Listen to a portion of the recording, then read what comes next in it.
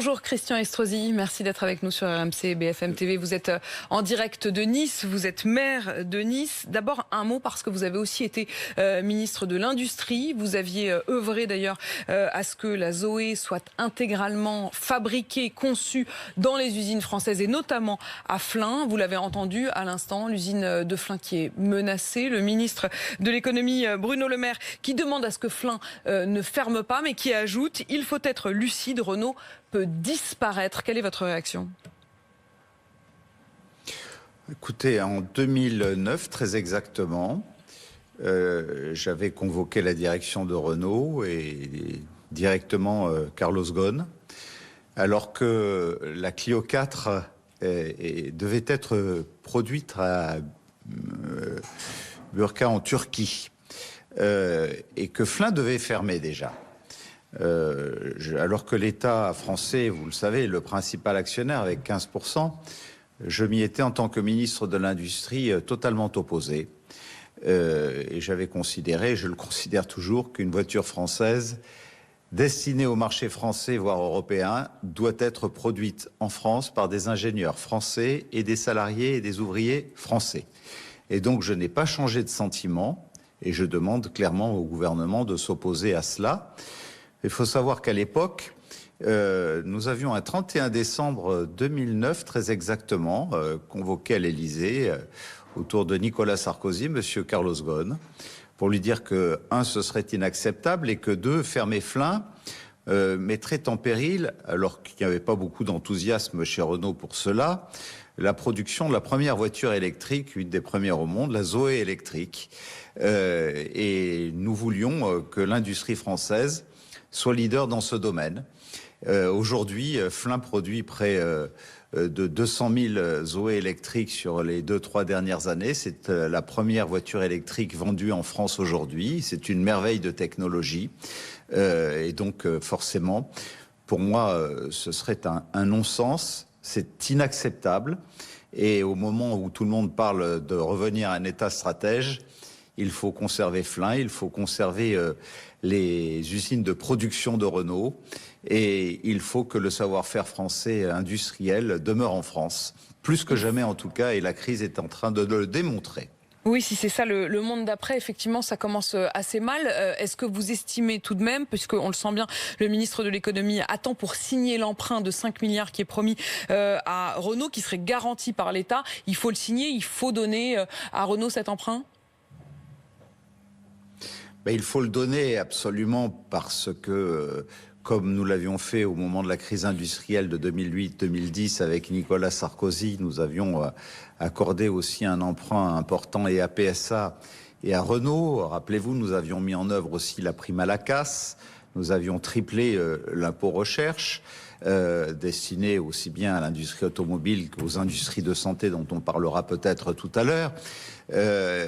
Mais en même temps que l'on apporte un soutien à l'industrie automobile française pour l'aider à traverser cette crise, la contrepartie doit être de garantir que les emplois français et les usines et les antennes de production industrielle française demeurent en France naturellement.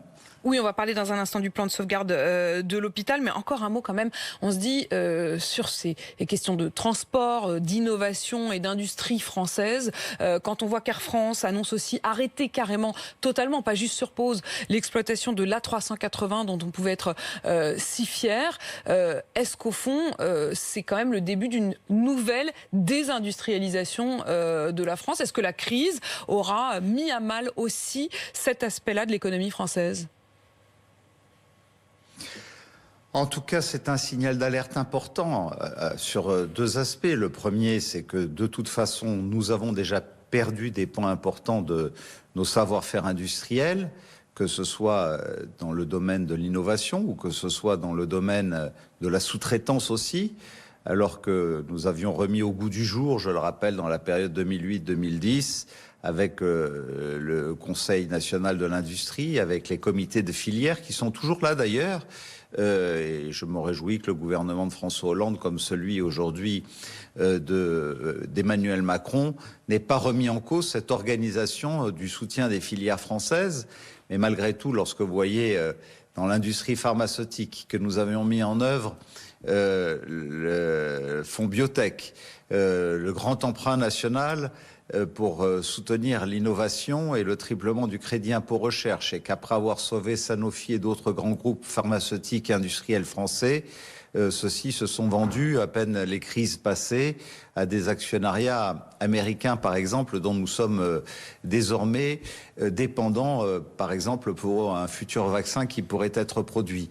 Eh bien, dans ce domaine, dans le domaine de l'industrie automobile, nous devons plus que jamais tirer toutes les conséquences de cette crise sanitaire qui nous a démontré, notamment sur la production de masques, de matériel de protection et puis aussi de médicaments, puisque nous sommes à court, y compris passé la réanimation et l'accueil en urgence de ceux qui sont frappés par le Covid, par la remise en route des opérations qui ont été mises de côté pour des cancers, pour des interventions orthopédiques et pour bien d'autres pathologies où des gens sont en situation de mal très avancé et où il faut remettre en œuvre toute la chaîne d'intervention chirurgicale, mais quand on est en manque de médicaments parce que quasiment toutes nos réserves ont été consommées. Donc dans ce domaine comme dans d'autres domaines, nous sommes devenus beaucoup trop dépendants. C'est pourquoi je suis pour une économie paternaliste, une économie où nous revenions à nos fondamentaux, où nous soyons capables d'assurer notre propre autonomie. Ça l'a été longtemps, en fait. On a l'impression que on n'osait plus. Mais il m'est arrivé dans ma vie politique de prononcer. Bah, écoutez, moi, j'ai toujours défendu des mots en fonction des circonstances. Voilà, face au terrorisme, j'ai toujours dénoncé la 5e colonne. On disait que c'était un gros mot. Pourtant, elle est là et tout le monde aujourd'hui l'admet.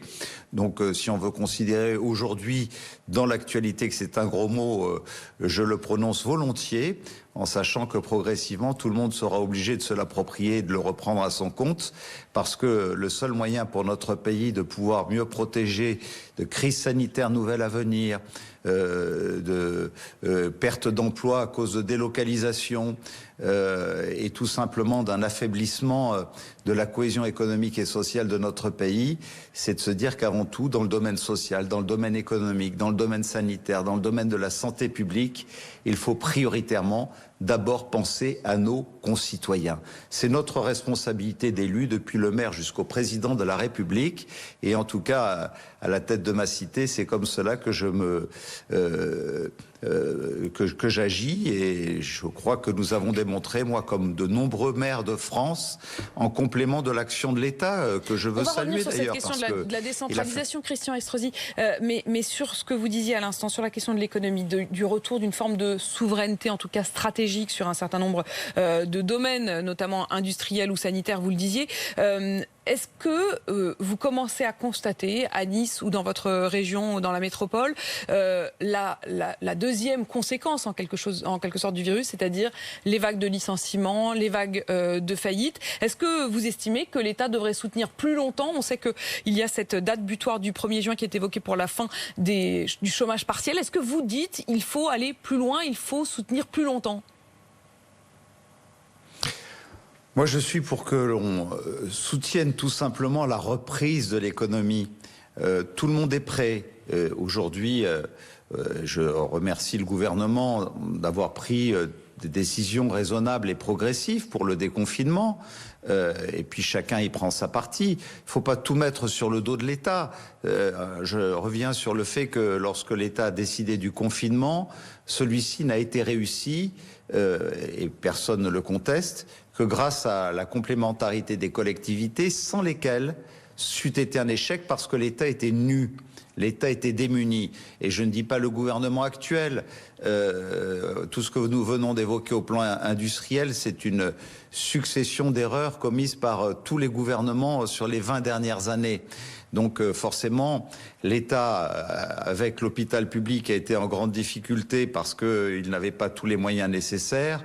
A dû se reporter vers les collectivités, a démontré que les ARS, dans son organisation, n'étaient pas le le système le plus adapté désormais et qu'il fallait se tourner vers les élus locaux pour pallier à toutes ces absences. Bon, et bien dans le domaine de la reprise, c'est pareil, qu'il y ait cette confiance qui fasse... Tenez, je viens d'avoir une très bonne nouvelle en pleine crise, où l'école 42 de Xavier Niel vient de décider d'ouvrir un troisième établissement au cœur de ma métropole, en plein mois d'avril. Ça veut dire que notre attractivité, nous continuons à la garder parce que nous l'avons entretenue. En même temps que l'État dit on va soutenir la sortie de la crise économique avec un certain nombre de mesures présentées par Bruno Le Maire qui sont assez intéressantes. D'un autre côté, les grandes métropoles, les collectivités, les intercommunalités qui ont la responsabilité économique comme les régions aujourd'hui prennent déjà des positions pour renforcer cette attractivité. Le rôle de l'État, c'est d'imposer cette dimension stratège, cette dimension où l'on protège le savoir-faire français et où on aille rechercher les savoir-faire qui nous ont échappé pour les relocaliser en France, mettre en place des politiques de prime à la relocalisation pour des savoir-faire français qui sont partis, pour les faire revenir chez nous. Voilà, en tout cas, ce pourquoi je plaide aujourd'hui, et je suis convaincu que plutôt que d'accompagner des entreprises qui risquent de mourir, il faut les accompagner pour qu'elles soient plus fortes dans l'innovation et dans la relance, et qu'il y ait cette alliance entre les territoires et le gouvernement. Prime à la relocalisation, donc vous demandez sur justement les décisions locales. Vous faites partie de ceux qui demandiez à ce qu'on vous fasse confiance sur la réouverture des plages. Vous l'avez obtenu. Sur l'obligation du masque, ça vous ne l'avez pas tout à fait obtenu. Vous espériez pouvoir rendre carrément obligatoire le masque partout à Nice. Un mot d'abord sur le constat. On est en ce vendredi au milieu d'un long week-end déconfiné à Nice. Est-ce que vous estimez que les choses se passent bien, que c'est en contrôle, ou est-ce que vous constatez au contraire que les gens ne respectent pas les règles que vous avez décidé de mettre en place ? Ce week-end de l'Ascension est un week-end merveilleux parce que nous voyons la vie qui reprend un peu partout. Maintenant, j'ai toujours demandé à ce qu'on soit extrêmement prudent. Je n'ai pas forcément demandé la réouverture des plages. Nous n'avons pas réussi le confinement avec chez nous des résultats assez exceptionnels puisque les couvre-feux que nous avons pris, les barrières que nous avons structurées, au moment où je vous parle, ce sont près de 5 millions de masques entre les masques médicaux, chirurgicaux, FFP2 pour les personnels soignants ou les personnels des services publics en première ligne comme la police, la collecte, la propreté, mais aussi toute la médecine de ville qui n'était pas dotée par l'État. Je pense aux dentistes, aux kinés, aux médecins généralistes, aux infirmières, aux ambulanciers. Et puis près d'1 200 000 masques lavables, renouvelables, distribués à toute ma population avant le déconfinement. Au moment où je vous parle, tout le monde en dispose. Voilà pourquoi j'ai pris un arrêté d'obligation de l'avoir sur soi. Naturellement, j'ai pris toutes les précautions vis-à-vis de tous les donneurs de leçons, les droits de l'hommiste qui voulaient mettre en échec mes arrêtés devant le tribunal administratif. Et à partir du moment où l'État a d'abord pris un décret parce que le Conseil constitutionnel n'avait pas validé la loi, qu'il a promulgué la loi et repris un décret dessus, nous nous sommes adaptés. Et d'ailleurs, dans son annexe 1, le décret de l'État dit chaque fois qu'il n'y a pas la distanciation nécessaire, il faut mettre un masque. Eh bien, il se trouve que dans mon arrêté, qui n'a pas été remis en cause par le tribunal administratif, il y a l'obligation d'avoir un masque sur soi et de le porter dès qu'il n'y a pas la distanciation sociale nécessaire. Et celui-ci n'a pas été cassé par le tribunal administratif. Ça veut bien dire que l'obligation d'avoir le masque quand il est distribué gratuitement à toute sa population dans la 5e ville de France, près de 400 000 habitants, nous y sommes parvenus avant la date du déconfinement. Et aujourd'hui, je suis en droit d'imposer à ma population de le porter. Et je dois dire qu'à plus de 90%, celle-ci qui s'était montrée extrêmement disciplinée pendant le confinement en donne l'illustration pendant cette phase de déconfinement. Donc vous constatez effectivement que les gens acceptent ces règles du jeu. Un mot aussi sur cette spécificité. On a quand même un peu l'impression que c'est jouer une inégalité, d'abord géographique, hein, de fait la carte même des zones rouges et des zones vertes le montre, mais aussi entre le sud-est et le reste de la France. Est-ce qu'il y a eu une spécificité pour vous? On sait que vous faites partie de ceux qui étaient les fervents supporters du professeur Raoult, alors même que vous et votre épouse, vous aviez contracté le virus. Est-ce qu'il y a une spécificité? Est-ce qu'on peut le dire aujourd'hui du Sud-Est à vos yeux? Puisque vous me parlez du professeur Raoult, d'abord je le dis, nous avons en France la chance d'avoir le meilleur scientifique français reconnu sur la scène internationale, le plus grand chercheur. Bon.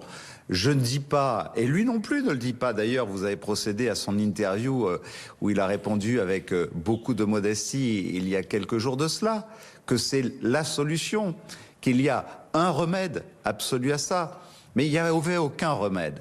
On a prescrit du Doliprane à tout le monde, c'est-à-dire qu'on n'a prescrit aucun remède. Jamais on ne dit il y a des milliers de morts du Doliprane à cause du Covid. Là où il y a à l'IHU de Marseille un taux de mortalité de ceux qui ont été placés en urgence ou en réa de 0,5% et que dans la moyenne des CHU de France, il est de 5%. Donc, parfaite ou imparfaite, il y avait une solution. Je ne comprends pas pourquoi on s'est livré à cette espèce de lynchage médiatique de quelqu'un qui travaille, de quelqu'un qui ne veut pas se mêler de tous ces débats, de quelqu'un qui est, au lieu de passer son temps à être un commentateur sur les plateaux de télévision, préfère se consacrer à ses patients. Au-delà de ça, il y a un monde scientifique qui parfois est divisé sur cette, et qui est même très divisé sur ces questions de traitement. Mais Christian Estrosi, est-ce qu'aujourd'hui, oui, mais ce monde scientifique, c'est un monde scientifique qui est plus un monde scientifique de commentateurs que d'acteurs. Je les vois pas enfermés du matin au soir dans leur laboratoire, mais je les vois surtout occuper tous les plateaux de télévision chez vous et chez d'autres de vos confrères. Donc moi, je suis plus derrière ceux qui agissent que ceux qui commentent. Voilà, c'est comme ça. J'aime ceux qui agissent, ceux qui sont dans l'action. Il y a eu des ministres dans l'action, il y a eu des maires dans l'action qui ont été critiqués aussi et qui pourtant ont partagé 24 heures sur 24 pendant plus de 8 semaines maintenant tout leur dévouement au service des autres. Il y a eu des médecins qui voulaient être dans l'action et qui ont dû se porter bénévoles pour distribuer des masques sur des plateformes parce qu'on leur a interdit dans la médecine de ville de pouvoir intervenir alors que depuis des années ils prescrivent des médicaments qui n'ont jamais fait de mal à personne. Donc voilà pourquoi il faut réformer aussi tout notre système de santé dans notre pays et penser d'abord à une réorganisation sanitaire et une gestion des risques. Et vous prendrez votre part d'ailleurs parce que vous voulez participer au projet de réinvention ou en tout cas à la réflexion sur l'avenir de l'hôpital. Encore un mot simplement sur la frontière très proche avec vous de l'Italie. Là-bas, ils déconfinent plus rapidement que chez nous. Est-ce que ça pose un problème, le fait que chaque pays le fasse un peu à son rythme ? Naturellement, ça démontre l'échec de l'Europe. Et le président de la République qui se bat pour qu'il y ait cette dimension politique de l'Europe, naturellement a raison, mais je dirais qu'après toutes les espérances que De Gaulle et Adenauer avaient pu susciter, cette crise est un profond révélateur de l'échec des politiques européennes. C'est dans ces moments-là que les Européens devraient se sentir protégés par une Union européenne qui soit capable d'avoir des politiques communes en matière de recherche, en matière d'innovation, en matière de décision sur les rythmes de confinement, de déconfinement et de reprise de l'activité économique, industrielle, voire touristique. Donc à partir du moment où nous n'avons pas les mêmes règles, nous avons l'Italie voisine et nous avons des liens de fraternité historiques avec nos amis italiens. Mais si nous ne fixons pas des règles communes, sur les règles sanitaires notamment, dans cette attente, je demande à ce qu'il y ait un passeport sanitaire qui atteste que lorsque quelqu'un vient de l'autre côté de la frontière, il y ait une garantie d'un dépistage dont on puisse attester dans les 48 heures ça veut dire maximum que vous avant de franchir la frontière. Vous n'accepteriez des Italiens qui viendraient de votre côté de la frontière que s'ils ont eu le coronavirus ? Mais pas que s'ils l'ont eu. Mais simplement qu'il y ait la garantie qu'ils ne l'ont pas. C'est quand même la moindre des choses. Quand vous voyez qu'aujourd'hui, même la collectivité de Corse, à l'intérieur du territoire national, l'exige lorsque l'on vient du continent pour aller sur la Corse. Donc la moindre des choses. Et les maires italiens de l'autre côté de la frontière, qui sont des amis avec lesquels je discute souvent, sont d'accord pour que nous essayions de déterminer. D'ailleurs, si entre villes ou métropoles italiennes cofrontalières, on nous laissait dans nos États respectifs passer des accords entre nous, je pense que nous serions beaucoup plus efficaces que de dépendre de politiques centralisées. On a bien compris que vous étiez favorable à une décentralisation aussi après cette crise et davantage de confiance vis-à-vis des élus locaux. Merci beaucoup Christian Estrosi d'avoir été avec nous ce matin. Je rappelle que vous êtes le maire de Nice.